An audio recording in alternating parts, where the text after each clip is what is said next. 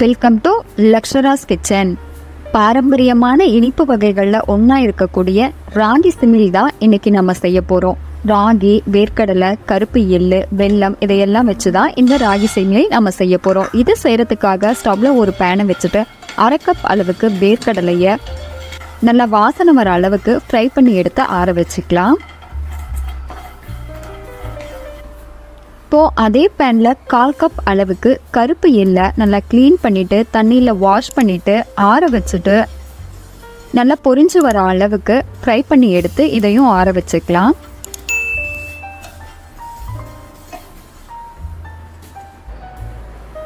இப்போது ராகி அடை செய்கிறதுக்காக ஒரு பவுலில் 1 கப் அளவுக்கு ராகி மாவு, 1/4 டீஸ்பூன் அளவுக்கு உப்பு சேர்த்துட்டு மிக்ஸ் பண்ணிக்கலாம்.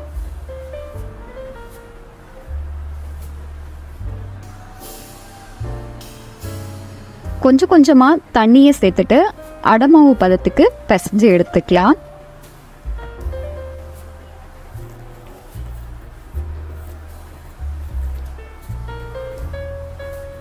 மாவு நல்லா இந்த பதத்துக்கு ரெடியாகி இருக்கணும்.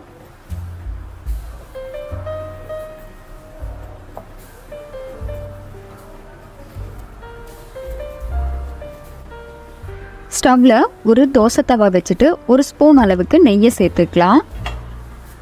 நெய் நல்லா மெல்ட் ஆன உடனே நம்ம ரெடி பண்ணி வச்சுருக்கிற அடமாவை இது கூட சேர்த்துட்டு அடையாக தட்டி எடுத்துக்கலாம். அடை நல்லா மெலிசாக இருந்தால் சீக்கிரமாக வெந்து வந்துடும். எவ்வளோ முடியுமோ அவ்வளோ மெலிசாக தட்டி எடுத்துக்கலாம்.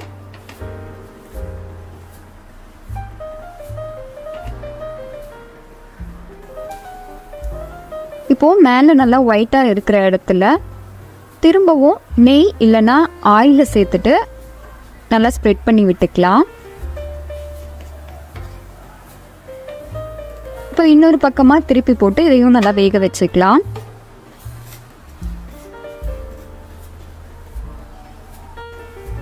அடை வேகிறதுக்கு கொஞ்சம் டைம் எடுக்கும், பொறுமையாக வேக வச்சு எடுத்துக்கலாம்.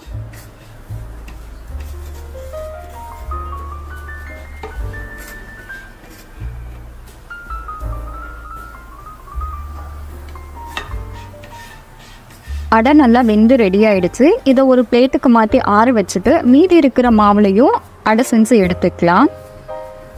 இப்போது நம்ம செஞ்சுருக்கிற அடை எல்லாத்தையும் சின்ன சின்ன துண்டுகளாக பிச்சு போட்டுட்டு நல்லா ஆறுனதுக்கு அப்புறமா மிக்ஸி ஜாரில் சேர்த்துட்டு கிரைண்ட் பண்ணிக்கலாம்.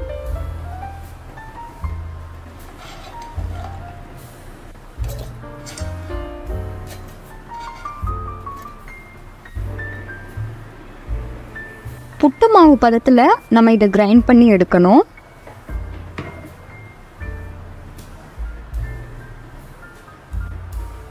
இப்போது நம்ம கிரைண்ட் பண்ணதில் கொஞ்சமாக மிக்ஸி ஜாரில் நிறுத்திட்டு இது கூடவே எள்ளு, வேர்க்கடலை இதையெல்லாம் சேர்த்துட்டு பல்ஸ் மூடில் போட்டு கொரகொரப்பாக அரைச்சி எடுத்து இது கூட சேர்த்துக்கலாம்.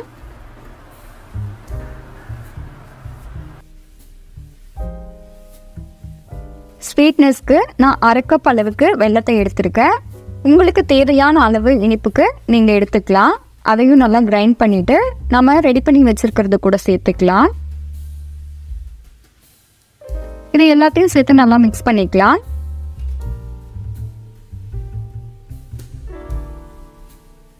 நல்லா இந்த அளவு மிக்ஸ் ஆன உடனே கையில் நெய்யை தடவிட்டு சின்ன சின்ன உருண்டைகளாக பிடிச்சி எடுத்துக்கலாம்.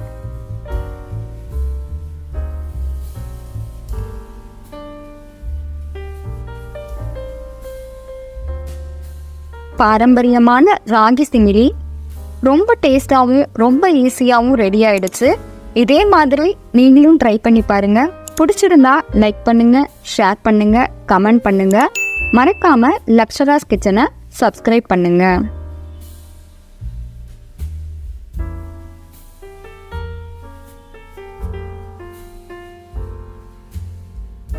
தேங்க்யூ.